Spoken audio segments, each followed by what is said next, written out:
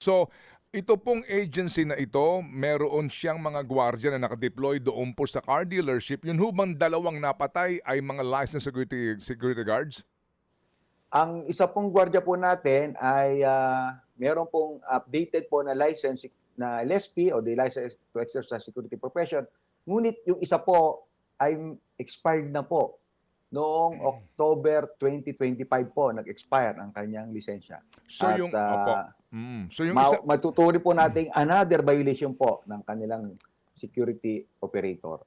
mga kapatid, brothers and sisters, saan ka pa? Dito na tayo sa totoo. Dito na tayo sa True FM. Mga kapatid, mag-subscribe and follow po kayo sa social media accounts ng True Network PH. Yan po kami. Hanapin nyo lang True Network PH, Facebook, Instagram, YouTube, TikTok, and podcast. Mapa Apple or Spotify man yan, mahahanap nyo kami. Lahat ng mga napapanood at napapakinggan nyo po sa programa, nasa social media accounts namin yan. So, paano mga kapatid? See you sa social media!